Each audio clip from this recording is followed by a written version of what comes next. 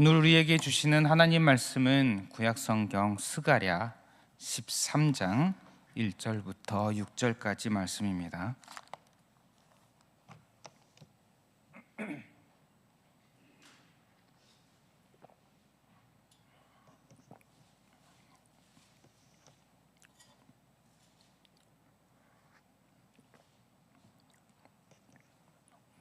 스가랴 13장 1절부터 6절까지 말씀입니다. 우리 다 함께 봉독하겠습니다. 1절입니다. 그날의 죄와 더러움을 씻는 셈이 다윗의 족속과 예루살렘 주민을 위하여 열리리라. 만군의 여호와가 말하노라. 그날에 내가 우상의 이름을 이 땅에서 끊어서 기억도 되지 못하게 할 것이며 거짓 선지자와 더러운 귀신을 이 땅에서 떠나게 할 것이라. 사람이 아직도 예언할 것 같으면 그 낳은 부모가 그에게 이르기를 내가 여호와의 이름을 빙자하여 거짓말을 하니 살지 못하리라 하고 낳은 부모가 그가 예언할 때에 칼로 그를 찌르리라. 그날에 선지자들이 예언할 때에 그 환상을 각기 부끄러워할 것이며 사람을 속이려고 털옷도 입지 아니할 것이며 말하기를 나는 선지자가 아니요 나는 농부라. 내가 어려서부터 사람의 종이 되었노라 할 것이요 어떤 사람이 그에게 묻기를 내 두 팔 사이에 있는 상처는 어찌 됨이냐 하면 대답하기를 이는 나의 친구의 집에서 받은 상처라 하리라. 아멘. 주일 아침 이른 시간에 이렇게 예배 자리에 오신 여러분들 주님의 이름으로 환영합니다. 주님께서 우리를 불러주셨기에 여건을 허락하셨기에 올 수 있는 마음을 주셨기에 또 건강을 주셨기에 이 자리에 올 수 있게 되신 줄 믿습니다. 많이 추워지고 있습니다. 다들 감기 조심하셨으면 좋겠습니다. 저는 감기에 걸렸습니다. 감기에 걸려서 지금 조금 전에도 계속해서 콜록콜록하고 있었는데요. 다른 증상 많이 있지는 않습니다. 많이 힘든 증상은 없고 감기가 기침이 좀 있습니다. 기침이 좀 있고 좀 목이 좀 잠기고 가래가 약간 있고 이런 정도의 심하지 않은 감기입니다. 그래서 이제 말씀을 전하면서 중간 기침을 할 수도 있습니다. 좀 양해해 주시면 감사하겠습니다. 또 중간에 목소리가 이상하게 변하면 감기구나 이렇게 생각해 주시면 감사하겠습니다. 오늘 말씀을 보도록 하겠습니다. 오늘 말씀 제목은 죄와 더러움을 씻는 셈입니다. 오늘 말씀은 그날에라고 시작을 합니다. 그날에. 성경에서 그날이라는 말은 마지막 때를 가리키는 전형적인 종말론적인 표현입니다. 스가랴서의 이 표현이 2장에 처음 등장합니다. 그리고 중간에 한 번씩 나오다가 오늘 우리가 13장을 봤는데 12장부터는 본격적으로 그날이라는 표현이 집중적으로 반복적으로 등장하기 시작을 합니다. 성경에 나오는 그날은 어떤 날인가? 먼저는 여호와께서 우리 하나님께서 이스라엘을 돌보시고 회복시키시는 날입니다. 그리고 나아가서는 그것이 끝이 아니라 이스라엘을 넘어서 이방 나라들까지 온 세상까지 하나님께로 회복시키시는 날이 그날입니다. 즉 하나님의 백성이 하나님의 나라에 가게 되는, 이 땅에 하나님의 나라를 온전히 이루시는 그날을 표현하는 표현, 바로 그때를 표현하는 성경의 대표적인 표현, 바로 그날입니다. 오늘은 그날에 이렇게 말씀을 시작을 합니다. 그날에 무슨 일이 일어나는가 하면 1절을 제가 읽어드리겠습니다.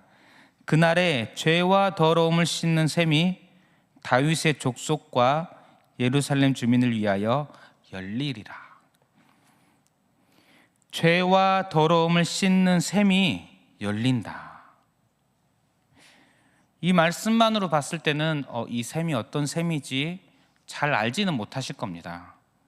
셈이 어떤 셈인지 그 정체를 잘 알지는 못하겠지만 어쨌든 이 셈은 죄와 더러움을 씻는 셈이니 이 셈이 열리면 어떤 일이 일어나겠습니까? 죄와 더러움이 씻기겠구나라는 것은 쉽게 알 수가 있습니다. 누구의 죄입니까? 다윗의 족속과 예루살렘 주민을 위하여 열리리라. 즉 이스라엘, 하나님의 백성의 죄와 더러움이 씻기겠구나. 언제? 그날에. 지금 이것은 하나님께서 하시는 일입니다. 하나님께서 이 샘을 여신다는 것입니다. 열어서 죄와 더러움을 씻겠다는 것입니다. 이것은 하나님의 뜻입니다. 이스라엘의 죄와 더러움을 씻기겠다. 하나님의 의지이고 하나님의 선포이고 하나님의 약속입니다. 그날에 하나님께서 친히 하나님의 백성의 죄와 더러움을 씻으시겠다. 그래서 2절에 계속 말씀합니다. 만군의 여호와가 말하노라. 그날에 내가 우상의 이름을 이 땅에서 끊어서 기억도 되지 못하게 할 것이며 거짓 선지자와 더러운 귀신을 이 땅에서 떠나게 할 것이라. 그날에 여호와께서 친히 이 땅에 이스라엘 땅에서 이 우상을 끊어버릴 것이다. 주님께서 끊으십니다. 또 여호와께서 이스라엘 땅에서 거짓 선지자와 더러운 귀신, 조금 더 정확히 표현하면 더러운 영입니다. 더러운 귀신도 어떤 한 범주가 될 수도 있겠지만 더러운 영으로 표현하는 것이 조금 더 넓은 범위로 생각할 수 있을 것 같습니다. 거짓 선지자와 더러운 영을 떠나게 할 것이다. 다 없애버리겠다는 것입니다. 우상 숭배, 거짓 선지자, 이스라엘이 하나님 앞에서 지은 죄 중에서 참 대표적인 죄 중에 하나들입니다. 놀랍게도 하나님의 백성이 하나님을 섬기는데 우상을 함께 섬기고 있었습니다. 아마도 성경에서 말씀하시는 죄라는 것들 중에 여러분들이 가장 많이 볼 수 있고 가장 많이 하나님께서 경계하시고 지적하시는 죄, 우상일 것입니다. 하나님을 믿지 않는 자들은 우상을 섬긴다는 것이 당연하게 느껴지지요. 그런데 하나님을 믿는 자들이, 하나님의 백성이 우상을 섬긴다? 놀랍습니다. 하지만 실제로 그러했다는 것입니다. 하나님과 우상을 거의 늘 같이 섬겨왔습니다. 이스라엘의 모습이 그러합니다. 인간의 마음은 참으로 우상 공장과 같습니다. 마치 마약처럼 우상을 끊지를 못합니다. 잠시 끊었다가도 다시 다른 우상을, 또 끊었다가도 다시 우상을 섬기는 것이 우리 인간의 본성인 것 같습니다. 근데 우리도 마찬가지 아닙니까? 우리는 분명히 하나님을 믿습니다. 저 여러분들은 하나님을 믿습니다. 그리고 우상을 섬기지 말라는 하나님의 계명, 하나님의 뜻 잘 알고 있습니다. 그럼에도 불구하고 매번 우상을 만들어내고 있습니다. 하나님과 겸하여서 사랑하는 우상을 계속해서 만들고 또 만들고 섬겨나가는, 아마도 지금뿐만 아니라 지금까지뿐만 아니라 앞으로도 평생 저 여러분들은 나의 우상을 만들어 나갈 것입니다. 우리가 그런 존재입니다. 그런데 본문으로 돌아가면 이 이스라엘의 우상을 그날에 하나님께서 끊으십니다. 하나님께서 다 끊어버리시겠다. 모든 죄들을 다 없애고 다 끊어버리시는 바로 그날입니다. 하나님께서 모든 죄들을 없애시는 그날에 죄와 더러움을 씻는 샘이 열리면 또한 사람들이, 하나님의 백성들이 죄를 미워하게 됩니다. 3절의 초반부에 보면 사람이 아직도 예언할 것 같으면, 그날에 거짓 선지자들을 하나님이 쫓아낸다고 하셨는데 여전히 어떤 사람들이 또 어떤 거짓 예언을 하려고 하면 됩니다. 예전이라면, 죄와 더러움 씻는 셈이 열리기 전이라면, 그날이 오기 전이었다면 거짓 선지자들의 이 거짓 예언이 사람들에게 먹혀들었습니다. 사람들이 따랐습니다. 아주 좋아했습니다. 많은 사람들이 그 거짓 예언을 받고 진리로 여기고 그 거짓 예언으로 인하여서 기쁨을 누리고 행복해했습니다. 그러나 그날에는 아직도 그런 거짓 예언을 할 것 같으면 어떤 일이 일어나는가? 3절 후반부에 보면 그 나은 부모가 그에게 이르기를 내가 여호와의 이름을 빙자하여 거짓말을 하니 살지 못하리라. 심지어는 낳은 부모가 그가 예언할 때에 칼로 그를 찌르리라. 말이 되는 일이라고 생각하십니까? 이게 무슨 상황일까요? 누군가 악을 행할 때 최후까지 편을 들어줄 수 있는 존재가 있다면 부모님 아니겠습니까? 그런데 그 부모라도 그 자녀의 죄, 이 죄라는 것을 그대로 두지 못합니다. 그날에는 사람들이 죄를 미워하게 됩니다. 죄와 더러움을 씻는 셈이 열리기 전에는 사람들이 죄를 사랑합니다. 거짓 예언을 사랑합니다. 좋아합니다. 그런데 이 셈이 열리니까 미워합니다. 죄를 미워하게 됩니다. 얼마나 미워하는지 부모조차도 죄다 지적을 하게 된다는 것입니다.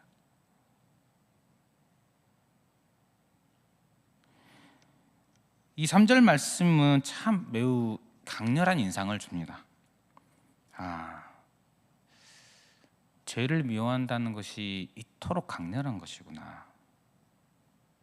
그 누구의 죄도 결코 용납되지 않는구나. 또 4절 말씀합니다. 그날에 선지자들이 예언할 때에 그 환상을 갖기 부끄러워할 것이며, 이제 거짓 예언을 하던 거짓 선지자들, 그들 자신을 부끄러워하게 됩니다. 그들조차도 죄를 미워하게 되는 것입니다.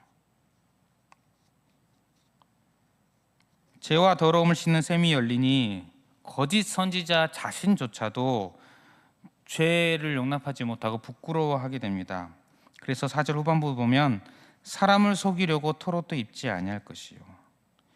털옷은 이스라엘의 선지자 중에 대표적인 선지자 엘리야, 엘리사를 연상시키는 그런 복장입니다. 아무래도 거짓 선지자들이 털옷을 입고 자신이 엘리야, 엘리사 같은 그런 위대한 선지자인 척 많이 하였던 것으로 보입니다. 그런데 이제 그 사람들이 그 옷을 벗습니다. 그 옷을 입지 않습니다. 부끄러워합니다. 또 거짓 선지자들이 말합니다. 5절에 보면 말하기를 나는 선지자가 아니요 나는 농부라. 내가 어려서부터 사람의 종이 되었노라 할 것이요 나는 선지자가 아니다. 셈이 열리기 전에는 어떠했습니까? 이 거짓 선지자들이 뭐라 했겠습니까? 내가 엘리야다. 내가 하나님의 선지자다. 그렇게 외쳤을 것입니다. 그런데 그런 자들이 이제는 나는 선지자가 아니다. 나는 농부다. 나는 어렸을 때부터 경작하는, 종으로 팔린 땅을 경작하는 사람일 뿐이다. 부끄러워합니다. 자신의 죄를. 본인조차도. 사람들이 의심의 눈초리로 물어도 그렇습니다. 6절을 보면 내 두 팔 사이에 있는 상처는 어찌 됨이냐. 이 역시 두 팔 사이에 있는 상처, 이것도 거짓 선지자들의 특징입니다. 거짓 선지자들은 자신이 정말 신령한 선지자임을 주장하기 위해서 자신의 몸에 상처를 냈습니다. 기억하실 것입니다. 엘리야와 싸운 바알의 선지자들, 바알의 응답을 구하는데 응답이 하도 없으니 결국 어떻게 합니까? 칼과 창으로 자신의 몸을 자해를 합니다. 거짓 선지자들이 활동하는 방식이었습니다. 사람들이 너 두 팔 사이에 상처가 있는데 너 선지자 맞잖아 하면은 대답하기를 6절에 보면 대답하기를 이는 나의 친구의 집에서 받은 상처라 숨깁니다. 아니야, 내가 선지자여서 한 것이 아니야. 자신의 과거를 부끄러워하고 숨기고 스스로 선지자 행세를 했던 것을 수치스럽게 여깁니다. 죄로 여기는 것이죠. 그날, 오늘 말씀이 그날로 시작을 하는데, 그날은 하나님께서 이스라엘을 회복시키시는 날, 나아가서 온 세상을 하나님의 나라로 회복시키시는 날. 그날에 하나님께서는 이스라엘의 죄를, 우상을, 거짓 선지자들을 다 멸하시고 없애버리실 것이다 것이고, 또 하나님의 백성들은 죄라는 것을 정말 진심으로 미워하게 될 것이다 라는 것을 오늘 말씀을 통해 우리가 알 수가 있습니다. 모든 죄가 다 정화되어 버리는, 정결하게 되는 날, 그날. 우리는 이 땅을 살고 있습니다. 우리가 이 땅을 살면서 참 많은 죄악들을 보고 또 듣고 또 경험하고 또 우리가 행합니다. 이 땅에는 죄가 항상 넘쳐납니다. 죄로 가득합니다. 이전에도 죄가 가득하였고 지금도 앞으로도 계속해서 죄가 가득할 것입니다. 그런데 그런 이 땅에 사는 우리들에게 소망이 있는 것은 하나님은 그날을 약속하셨다는 것입니다. 모든 죄를 없애시고 정결하게 되는 그날을 우리에게 약속으로 주셨다는 것입니다. 하나님께서 선포를 하셨다는 것입니다. 모든 죄를 없애시고 정결하게 되는 그날, 하나님의 나라는 반드시 임하는 줄 믿습니다. 우리의 소망은 이 땅에 있지 아니하고 그 나라에 있는 줄 믿습니다. 저 여러분들이 하나님의 자녀로서, 하나님의 백성으로서 모든 것이 정결하게 되는 그날, 하나님의 나라를 바라보며 소망하며 살아가는 저와 여러분들을 되시기를 바랍니다. 그날을 우리가 기대하며 소망하며 바라본다면 또한 우리 역시 그 나라에 합당한 자답게 죄를 멀리해야 하지 않겠습니까?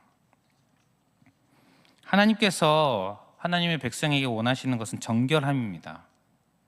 죄를 멀리하는 것입니다. 스가랴 13장 오늘 이 말씀에서만 나타나는 것이 아니라 스가랴서 전체를 관통하는 핵심, 여호와께로 돌아오라. 스가랴 1장 3절부터 죄의 자리에서 돌이켜라, 죄를 버려라, 정결함을 추구하여라, 여호와께로 돌아오라고 선포를 합니다. 그리고 스가랴서 전체를 통해서 계속해서 하시는 말씀입니다. 스가랴서뿐만 아니라 성경 전체에서 우리는 하나님께서 죄를 얼마나 싫어하시는지를 보게 됩니다. 그리고 하나님께서 우리로 하여금 죄로부터 멀어질 것을 계속해서 요구하신다는 것을 우리는 봅니다. 오늘 말씀을 통해서 우리는 또 다시 봅니다. 하나님께서 이 시대에 우리에게 원하시는 것, 정결함.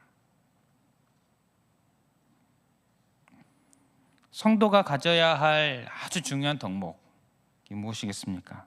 죄를 미워하는 것. 내가 지금 있는 이 죄의 자리에서 여호와께로 돌이키는 것. 정결함. 여러분들은 신앙생활을 하면서 무엇에 관심이 많으십니까? 정결함에 관심이 많이 있으십니까? 우리가 가져야 할 아주 가장 중요한 덕목 중에 하나입니다. 수시로 죄로부터 돌이키고 또 돌이키는 정결한 하나님의 자녀가 되는 것. 그런데 여러분, 정결함은 내가 이루는 것이 아닌 줄 압니다. 오늘 1절 말씀에 죄와 더러움을 씻는 셈을 누가 여십니까? 하나님께서 여십니다. 하나님께서 정결하게 만드십니다. 그리고 여기에서 우리가 살펴볼 것이 죄와 더러움을 씻는 셈. 이 셈은 성경에서 이 한 번 등장하고 이 본문에 한 번 등장하고 끝나는 한 번 등장하는 어떤 비유 이런 정도의 말씀이 아닙니다. 이것은 성경에서 매우 중요한 표현입니다.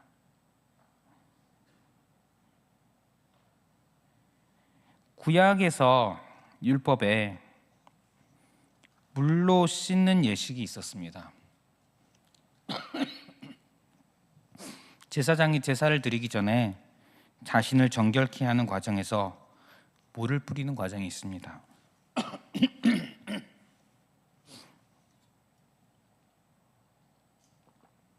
출애굽기 30장 19절부터 21절 말씀 한번 띄워주시겠습니까? 보면 이렇게 말씀이 있습니다. 출애굽기 30장 19절부터 21절까지 말씀이 있는데요. 아론과 그의 아들들이 그 두멍에서 수족을 씻되 그들이 회막에 들어갈 때에 물로 씻어 죽기를 면할 것이요 제단에 가까이 가서 그 직분을 행하여 여호와 앞에 화제를 살을 때에도 그리할 것이니라. 이와 같이 그들이 그 수족을 씻어 죽기를 면할지니 이는 그와 그의 자손이 대대로 영원히 지킬 규례니라. 제사장이 회막에 들어갈 때 수족을 물로 씻습니다. 그래서 죽기를 면합니다. 씻지 않는다면 죽는다는 것이겠죠.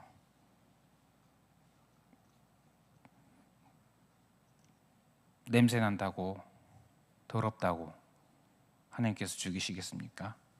이것은 죄를 씻는 것을 표현하는 것입니다. 물로 씻는 것을 통해서 너희는 물로 씻음을 통해서 죄 씻음 맞는 것이다 라는 것을 제사의 과정에서 보여주십니다. 또 이후에 물로 죄를 씻는다는 것은 선지자들의 메시지에서 계속해서 등장을 합니다. 에스겔 36장 24절 25절을 보면 내가 너희를 여러 나라 가운데에서 인도하여 내고 여러 민족 가운데에서 모아 데리고 고국 땅에 들어가서 맑은 물을 너희에게 뿌려서 너희로 정결하게 하되 너희 모든 더러운 것에서와 모든 우상 숭배에서 너희를 정결하게 할 것이며 하나님께서 물을 뿌려서 정결하게 하실 것이다. 선지서의 메시지는 1차적으로는 대부분 이스라엘에 대한 회복의 메시지, 그리고 나아가서는 온 세상에 대한 회복의 메시지로 이해하면 됩니다. 거기에 이렇게 물로 죄를 씻어서 정결하게 하는 그런 이미지를 가져오고 있습니다. 제사 때 진짜 물을 가지고 씻었습니다. 이제 선지서에서는 진짜 물이 아닌 죄를 씻는다는 의미로 이렇게 물의 이미지를 가져옵니다. 그러다가 이 이미지는 신약에도 등장을 합니다. 요한복음 4장에 보면 예수님께서 우물 곁에서 사마리아 여인과 만나서 대화를 하십니다. 요한복음 4장 13, 14절을 보면 예수께서 대답하여 이르시되 이 물을 마시는 자마다 다시 목마르려니와 우물물을 말하겠죠. 그러나 내가 주는 물을 마시는 자는 영원히 목마르지 아니하리니 내가 주는 물은 그 속에서 영생하도록 솟아나는 샘물이 되리라. 예수님께서 주시는 물을 먹으면 영원히 목마르지 않는다. 영생을 얻는다. 이 물은 죄를 씻는 물입니다. 이 이미지, 물을 가지고 죄를 씻는 이미지를 예수님께서도 사용을 하십니다. 이 물로 씻음을 통해서 영생을 얻습니다. 애초에 구약 시대 제사의 죄사함이 결국은 예수님께서 물을 주시고 그로 인하여서 죄사함을 받게 되는 그것을 미리 보여주는 그림자 역할이었던 것입니다. 제사 때의 제사장이 씻는 그것이 이제 실제로 이루어지고 있습니다. 예수님께서 오셔서. 여기서 끝이 아닙니다. 또 예수님께서 말씀하십니다. 요한복음 7장에 보면 이렇게 말씀합니다. 명절 끝날 곧 큰 날에 예수께서 서서 외쳐 이르시되 누구든지 목마르거든 내게로 와서 마시라. 나를 믿는 자는 성경의 이름과 같이 그 배에서 생수의 강이 흘러나오리라 하시니 이는 그를 믿는 자들이 받을 성령을 가리켜 말씀하신 것이라. 예수님께서 주시는 물, 생수, 성령님이셨습니다. 성령님이 우리 죄를 씻는구나. 성경에서 계속해서 물을 가지고 죄를 씻는다, 물로 죄를 씻는다, 계속해서 이런 이미지를 알려주시고 보여주시고 실제로 물로 씻고 결국에는 예수님께서 말씀해 주십니다. 예수님께서 보내주시는 성령님께서 우리를 정결하게 하신다는 것입니다.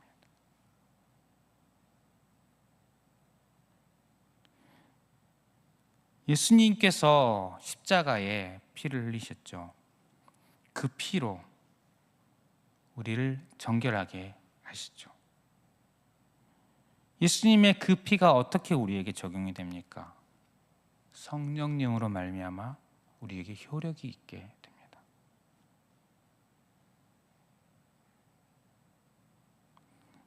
죄와 더러움을 씻는 샘, 결국은 이 샘은 성령님이셨던 것입니다. 그러면 성도 여러분, 내가 정결하기를 원한다면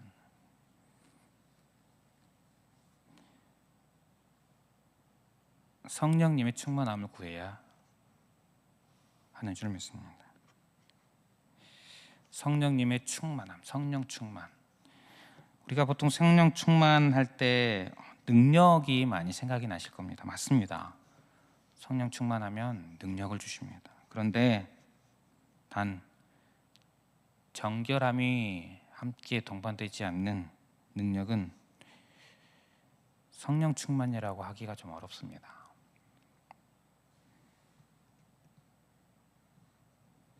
성령으로 충만하면 반드시 일어나는 일들이 내가 죄를 더 미워하게 되고 더 정결함의 자리에 점점 가게 됩니다.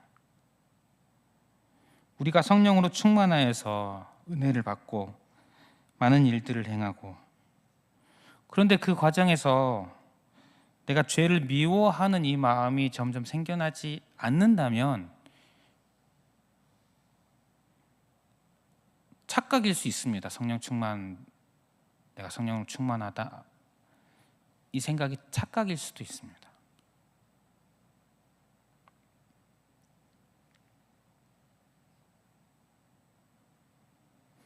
우리가 정결하고자 하면, 내가 예수님을 믿고 구원받았지만 참 나의 죄성이 참 많이 있고 더욱더 정결한 주의 자녀로 살아가기를 원한다면 우리는 구해야 합니다. 성령 충만함을.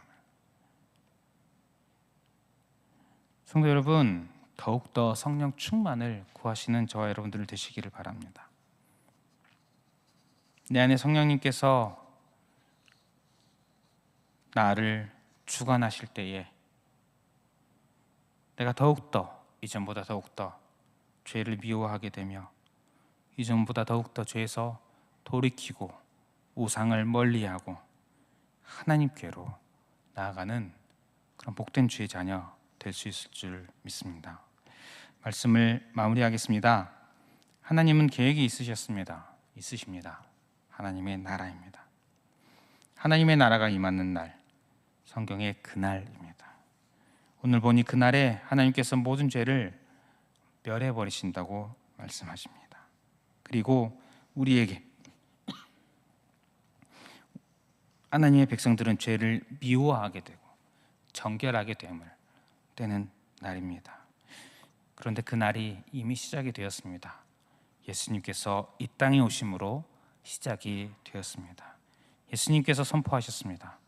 회개하라, 천국이 가까이 왔다. 예수님께서 오심으로 하나님의 나라는 시작이 되었습니다. 예수님의 죽으심으로 하나님의 나라는 시작이 되었습니다. 이제 그 하나님의 나라가 완성될 때까지 우리는 하나님의 자녀로 하나님의 나라를 맛보며 살아갑니다.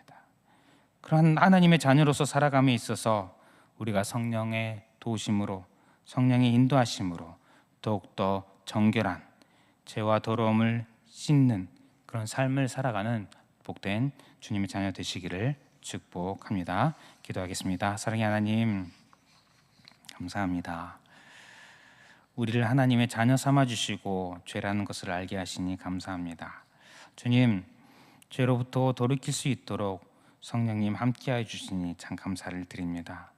성령님과 더욱더 가까워지며 성령님으로 더욱더 충만해지기를 소원합니다. 그리하여서 내가 죄를 더욱더 미워하게 되며 죄로부터 멀어지는 그런 복된 주의 자녀 되게 하여 주시옵소서. 우리 구주 예수 그리스도의 이름으로 기도드립니다. 아멘.